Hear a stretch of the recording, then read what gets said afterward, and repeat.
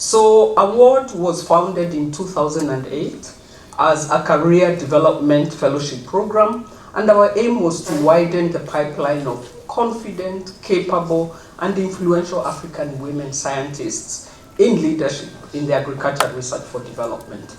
I have to say we have since evolved beyond the scientists, and I'll talk a little bit more about that. But what we realized was that if we were going to empower these powerful women, then we needed to equip them with a lot of skills. We needed to equip them with leadership skills.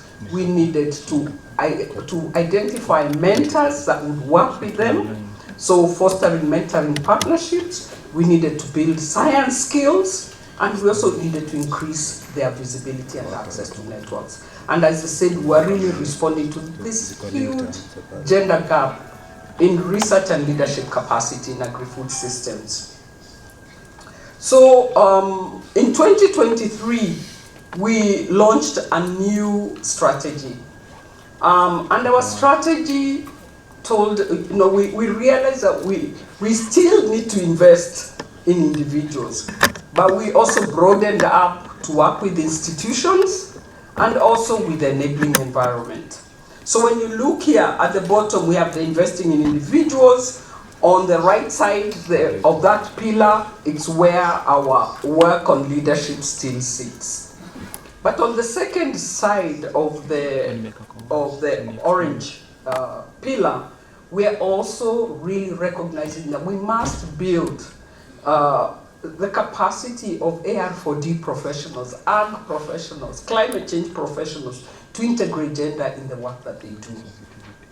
The green one, strengthening institutions, focuses on two things, and this program actually allows us to do two of them. It allows us to work with the leadership, but it also allows us to work with the institutions. So the top part is strengthening capacity of institutions to really address gender in their policies and in their practices. And but more than that, we have a robust, a really large alumni. So another important part of strengthening institutions is working with our alumni so that they themselves can be champions to really advance gender responsiveness in the institutions. The third part there is around creating a self-sustaining hub for enhancing capacities. And here we actually have a pool of about 25 trainers that we work with that are designing and delivering capacity development programs, not only here, but also for pay. And finally, the yellow-orange part, yellow part is around influencing the enabling environment. And what we are doing here is working at two levels. One, we are generating evidence. We are generating evidence to inform policy processes. So for example, we are right now in the process of working collaboratively with partners to produce a report on the status of women in agri-food systems in sub-Saharan Africa. And we'll be launching that report in September this year. And then the second part is where you all fit in. It is that part where we are working directly to catalyze the design of gender-responsive agri-food systems policies. So this is our footprint. What I didn't tell you is the way our mentoring works normally is we have the person who we identify competitively, and then we partner them with a mentor. And then working with that mentor for about a year, we ask our fellow to identify a mentee who they transfer the knowledge to. That's how our normal fellowships look like. And let me also mention that we like to adapt our approaches. So this one, the GASP, is quite an adaptation of our usual policies. But when you look at that, those three generations of fellows, of people, of beneficiaries, we've actually had more than 2,200 fellowship beneficiaries from more than 26 countries in Africa. And many of our people are now eminent scientists in leadership positions in many institutions. And today we have Professor Mary, where is she? There she is, from Jomo Kenyatta Thank you. She's been one of our most, we like to highlight so that you can see where our fellows end up. And Professor Bukutsa is the Deputy Vice Chancellor of Jomo Kenyatta University. So thank you. And thank you for honoring our invitation. So, and we've trained thousands of professionals in different things, in leadership, in gender, in mentoring, etc. So these are some of the examples of our fellowship. I have to say there's some missing, but this is fine. It's just nice to see what they look like. We had our first one in 2008, which we called the Flagship Award Fellowship, which allowed us to learn how to do this, allowed us to really figure out all that interventions I've talked about. And then throughout, we've adapted and developed new fellowships. The Pan-African Fellowship, and I'll look at Michelle when I say this, allowed us to go Francophone. Am I correct? Okay. It allowed us to think through how to work with Francophone Africa because we had been very Anglophone. Then we have the Gender Responsive Agriculture Systems Fellowship Program, the GASP. And the GASP was the first time we started to engage at policy. And here we had, it's still actually ongoing, and the idea was to really have this pool of women in policy. And we are borrowing, GASP borrows tremendously from the GASP.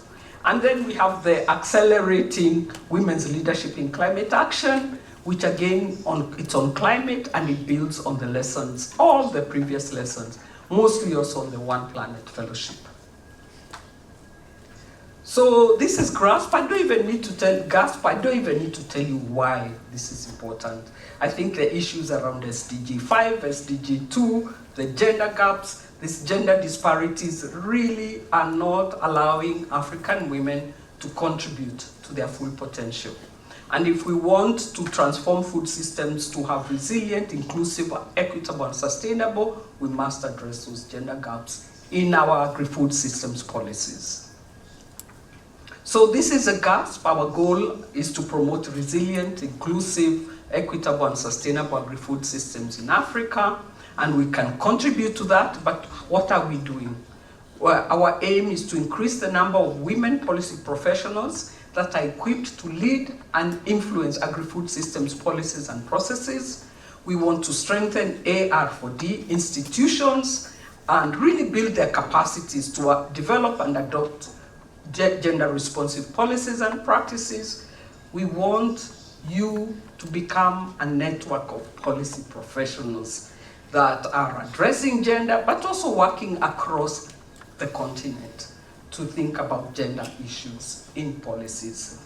And then finally, really integrating, enhancing your capacities to integrate gender in your work.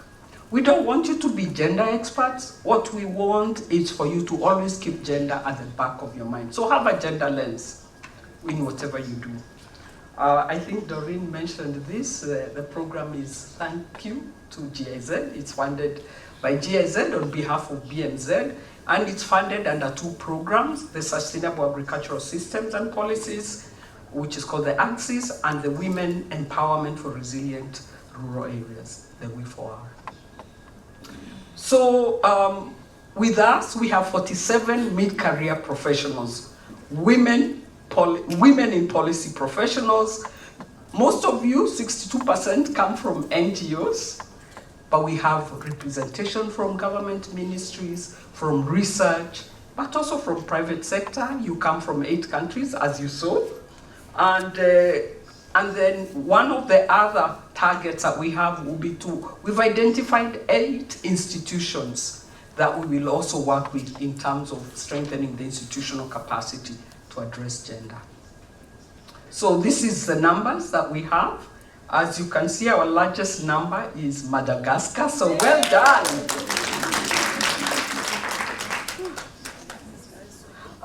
And we are now embarking on a 12-month non-residential capacity development program that's going to have blended activities, so both physical, this is probably one of the physical ones, and then lots of virtual trainings, knowledge exchange forums.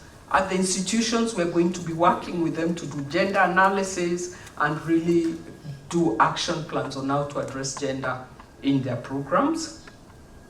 So I'm ending with the program offerings. So as I've said, we have the individual level engagement where we have the Women's Leadership and Management course, which is going on now. There will be a follow-up Gender in Agri-Food Systems Policy course that will be virtual. But then we're also going to do a lot of things to put you out there, to increase your visibility. So we're going to design knowledge forums. We're going to produce your profiles and put them out there, and we'll disseminate them through our social media platforms. We'll document some of your stories of change, again, just to show what difference you can make when you work in this area. I think in the next panel, you'll be seeing one of our policy officers in the GASP program, and you'll hear the kinds of changes that you can make. And then we also have, as I've mentioned, our institutional engagement, where we are going to be conducting training sessions for selected 8 organizations.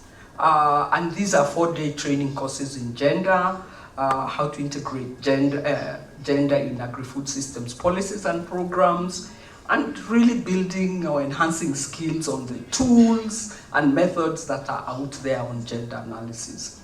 And then based on that, we're going to work with the organizations to conduct gender analysis of the projects, interventions to identify gaps and opportunities, and also to identify strategies to address, but we will also work with them, coaching for them to support implementation.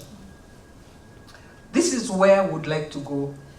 We would like to have capable individuals. We would like to make sure that we are really encouraging you to collaborate. So a Pan-African network.